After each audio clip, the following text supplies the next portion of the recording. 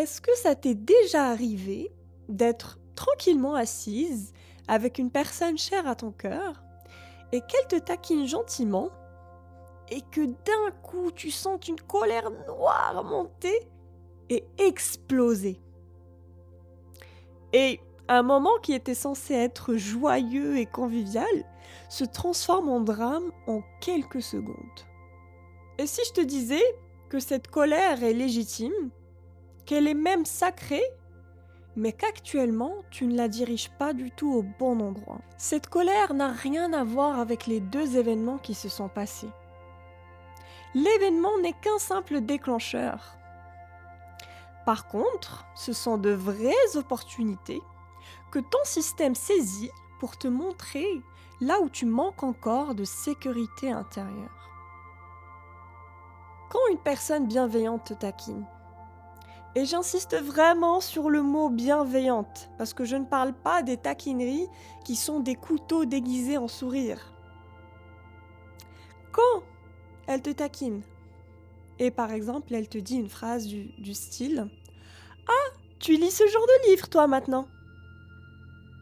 et que toi tu ressentes cette colère, c'est parce qu'en fait ton système n'a pas compris la même chose que ce qui a été dit. Toi tu as compris « Je suis nulle », je ne sais pas choisir, je ne suis pas intelligente, je ne suis pas à la hauteur. Ton ego te fait croire que c'est la faute de l'autre. Non, il n'aurait jamais dû me dire cette phrase. Mais en réalité, cette colère, elle remonte à très très loin. Elle remonte à la petite fille qui a été rabaissée, qui a été humiliée et qui a été exclue parce qu'elle était tout simplement différente. C'est elle qui hurle quand elle se sent en danger. Pour elle aujourd'hui, la moindre remarque est une menace à sa survie. Et du coup, elle protège son territoire à coups de cris pour ne pas disparaître. Le problème, ce n'est pas ta colère, c'est l'auto-abandon. Si tu exploses, c'est que ton système nerveux essaie de compenser par la force ce qu'il n'arrive plus à tenir par la présence. Tu es devenu l'otage d'une vieille mémoire qui tourne en boucle. Et pour cet enfant blessé en toi, la taquinerie n'est pas un jeu, c'est un procès. Et comme elle a appris que son identité dépendait de l'approbation des autres, eh bien, la moindre remarque, la moindre différence est pour elle une condamnation. Et aujourd'hui, j'aimerais à travers cette vidéo que tu viennes à la rencontre de cette petite fille. Je précise que l'exercice qui va suivre n'est pas du tout adapté pour toi si tu as vécu un trauma très lourd. Dans ce cas, l'accompagnement d'un professionnel de santé est plus adapté. Et pour les autres, je t'invite à fermer les yeux. Tu peux poser une main sur le cœur. Tu relâches les épaules.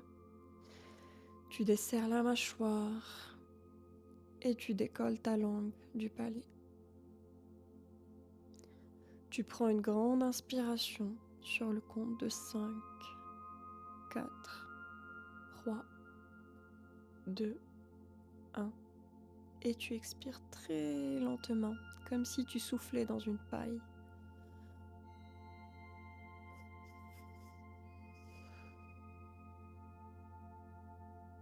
Prends encore une grande inspiration.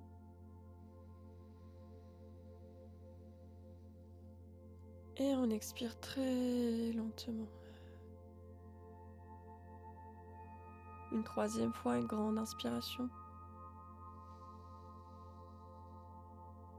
Et on expire très lentement. Tu es en sécurité, ici et maintenant. J'aimerais t'emmener dans un voyage dans le temps. Un saut en arrière. J'aimerais que tu te projettes dans une scène que tu as vécue, petite. Une scène qui t'a marqué.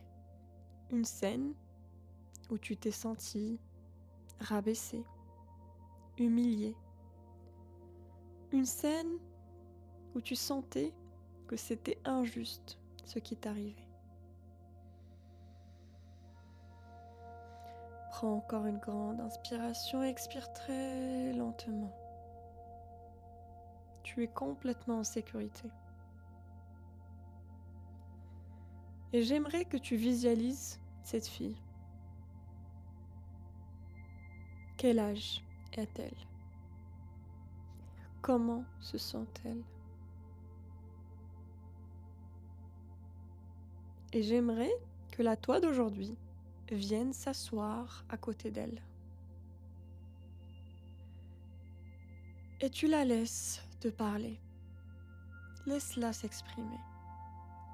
Laisse-la te dire ce qu'elle ressent, ce qu'elle porte dans son cœur. Écoute-la. Laisse-la exprimer ses émotions. Qu'est-ce qu'elle te dit?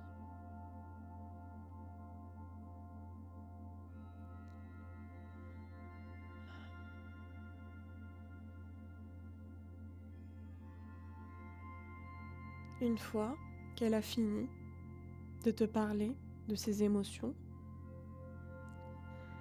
j'aimerais que tu la prennes dans tes bras. Et là, tu vas en même temps te faire un câlin, pour de vrai. Et tu vas t'imaginer en train de lui faire un gros câlin. Et j'aimerais que tu la rassures, que tu lui dises qu'elle n'a rien fait de mal, que tu es fier d'elle, qu'elle mérite tout l'amour du monde, qu'elle est belle, intelligente, courageuse, et que tu es très très fier d'elle. J'aimerais que tu la rassures comme si tu étais sa maman, parce que tu l'es aujourd'hui.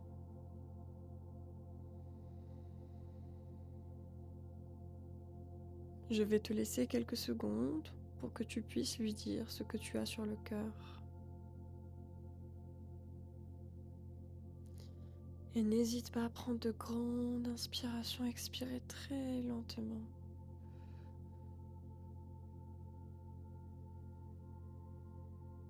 Tu es complètement en sécurité.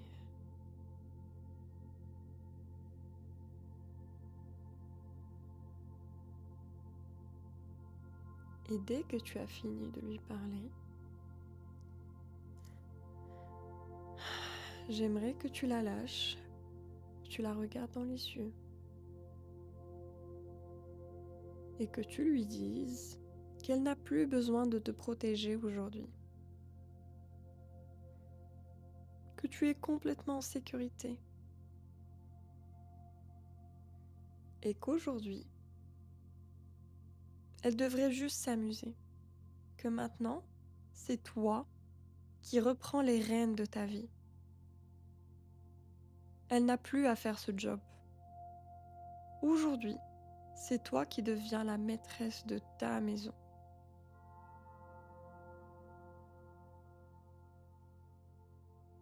Tu peux lui dire au revoir, lui faire un dernier câlin si tu le souhaites,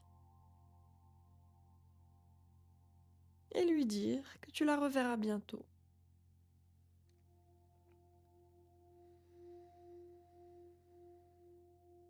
J'aimerais que tu reviennes à une respiration normale, que tu ressens ton corps s'ancrer dans ton siège. Tu peux bouger un tout petit peu, et dès que tu te sens prête, tu peux ouvrir tranquillement les yeux.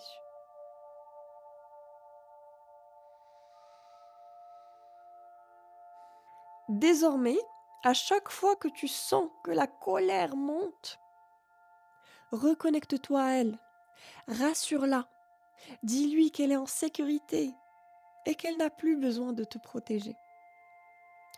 Plus tu vas faire ça, plus tu vas réussir à faire la distinction entre une simple remarque et une vraie agression.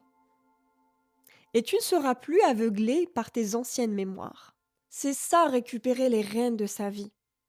La puissance n'est pas d'effacer cette petite fille en toi, mais de lui assurer qu'elle a un parent sécure à l'intérieur. Et c'est toi. Une femme qui ne subit pas ces déclencheurs est une femme qu'on ne peut plus manipuler. Sa parole devient ferme et chirurgicale, et son calme devient une armure. Tu n'as plus besoin de crier pour exister, ni de te taire pour survivre. Tu as simplement repris ta place, ta vraie place, celle de la maîtresse de maison.